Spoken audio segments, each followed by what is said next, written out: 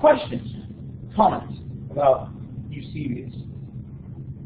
He certainly wasn't the only one that was kind of trying to write in support of Constantine or the empire, but is the one that's the most prominent.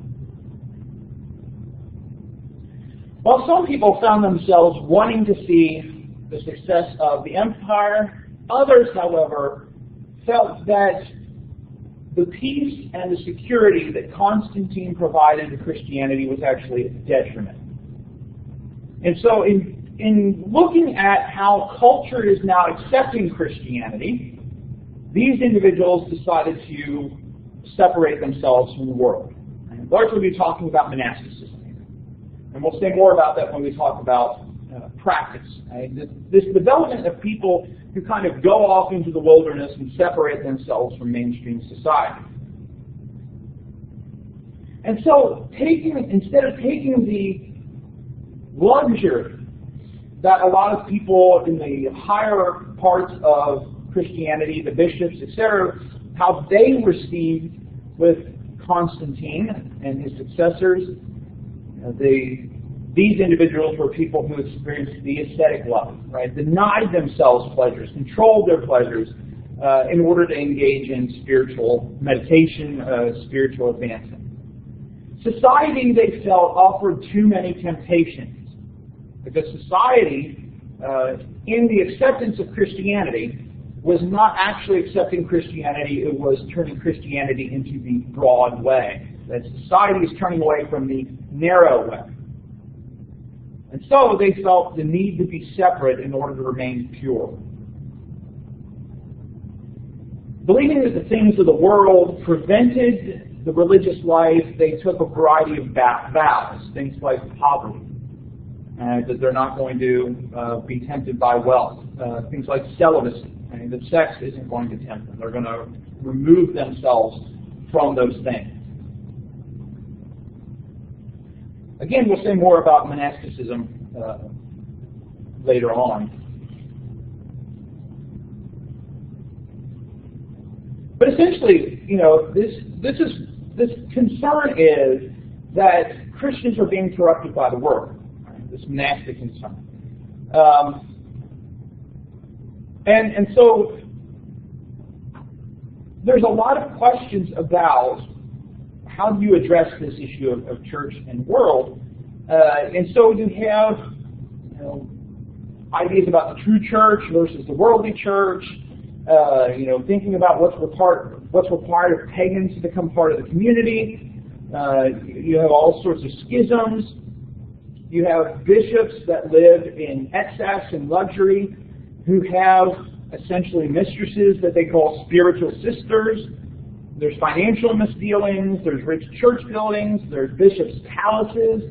All of these things are popping up beginning in the 4th century. And in fact, even when you look at the emperor's behavior, he's not always living a Christian life.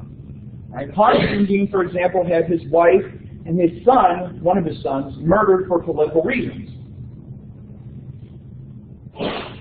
But there are questions now that Christians are facing that they did not face before. One of them is, what role should the government have in the church? Essentially, a lot of this is spurred on by the controversy with Arians. And so here you have this great controversy that we'll talk more about on Tuesday between rival Christian groups over a doctrinal issue. What should the emperor do about that? What should the government do? Right? Because essentially it starts off as this local theological conflict, but it gets to the point where it gains the attention of Constantine, and he feels the need to intervene in it. And of course, as we talked about before, other emperors will make political decisions based on their theological convictions, right? So Arian emperors suppressing Orthodox bishops, Orthodox emperors suppressing Arian bishops.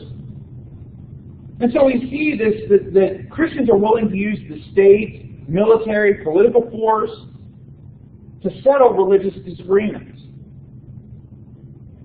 Using the force of the state to push people out of the areas that they're over as bishops, for example.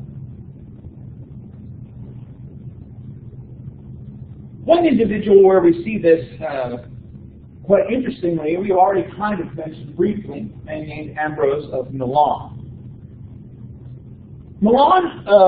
Ambrose, sorry, Milan's not his last name. Ambrose had grown up in Gaul. His father was a Roman official there. Had an education that was very Greek, studied rhetoric. Right? This is kind of what he plans on doing. He really wants to study law, study rhetoric, go into governmental service. And he's appointed governor.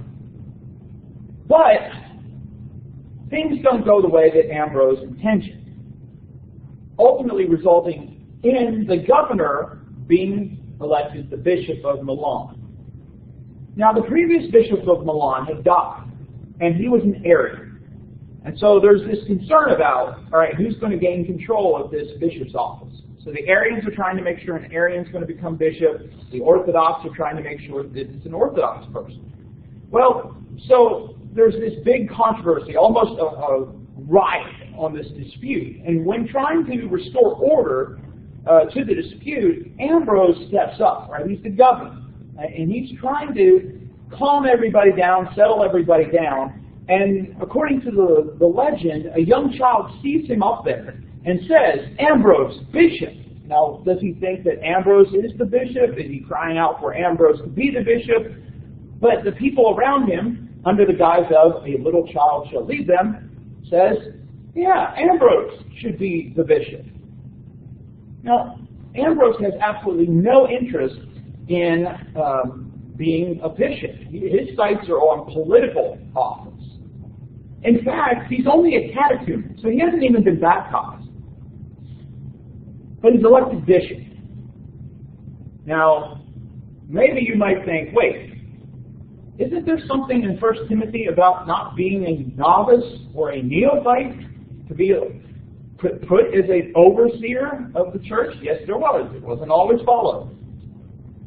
And so he's baptized and ordained as bishop a week later. And so within the succession of 7 to 10 days, he goes from being a catechumen to being a full Christian to being a bishop. Then he will begin studying theology and doctrine. Right? Kind of like, well, now that I'm bishop, I guess I should have some idea of what we're talking about, ideas about the church. So, he becomes a very, he's kind of thrust into this very influential position. And he will begin studying theology, doctrine, and then he'll also begin writing, popping down his sermons. He will take a lot of, right, he's in the West, but he takes a lot of the theology that's developing in the East, Greek theology, and will write about it in Latin. I'm kind of trying to explain some of these developments to Latin-speaking people. And so a lot of his works are focused on that. He's also influential because he writes a work on the duties of clergy, what ministers are supposed to do. And that will shape Christian views on ministry for quite a while. We bring him up here to talk, though, about his relationship with the government. There are essentially 4 kind of moments in Ambrose's life that really put him in conflict with the government and related to this issue of church and state relationships. The Emperor Gratian had removed an altar to the goddess Victory while he was emperor. And the Senate wanted it back. And so they're trying to encourage the emperor, Valentinian II, to put this altar back. So Ambrose gets into all this to say, you think about it, how can a Christian emperor put up a altar to a pagan goddess? So he's able to convince Valentinian not to restore it. The struggle with the Arian faction had led to Ambrose becoming bishop, but it didn't end there. Arians, other times throughout his role as bishop, tried to control the Basilica of Milan. Well, Valentinian's mother had been kind of supportive of this, right? So the emperor's mother. And Ambrose essentially stages a protest, and he and supporters sit in the basilica and are singing hymns and those kind of things to kind of protest this. The emperor's soldiers come and surround the basilica, with the intent of forcing Ambrose out. But this kind of peaceful protest that he engages in encourages the emperor to withdraw his troops.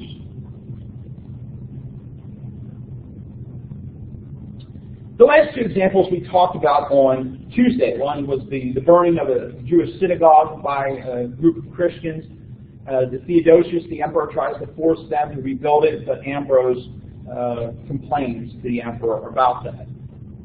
And then the other issue, when Theodosius kills 7,000 people because of the death of an imperial official during a riot.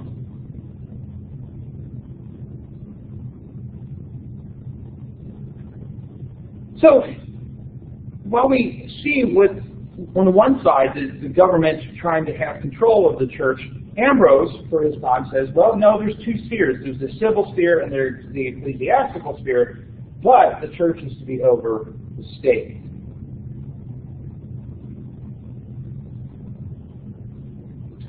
Another issue that came up for Christians had to do with classical philosophy. How do you relate to Greek and Roman philosophy? What kind of influence should there be? There were a lot of Christians that were interested, loved classical learning, maybe because of their pagan background.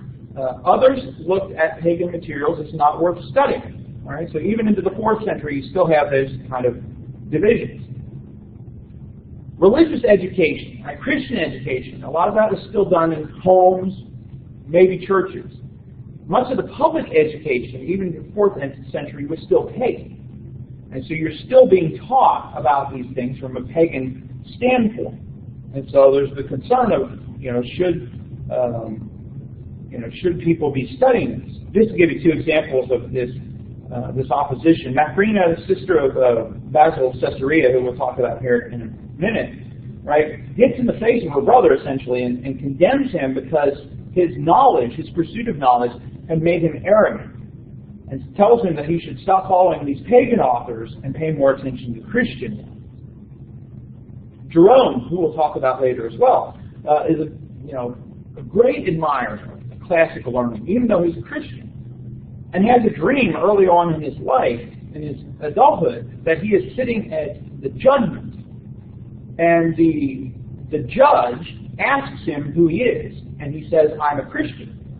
And the judge says to him, no, you are a Ciceronian, and you follow the philosophy of Cicero. Right? So this kind of wake-up call of, what do I spend my time looking at? Do I spend my time looking at Roman philosophy, or should I be focusing on things related to Christian texts? So he turns to studying Christian texts, but many scholars would say you still see the influence of pagan rhetoric and other things.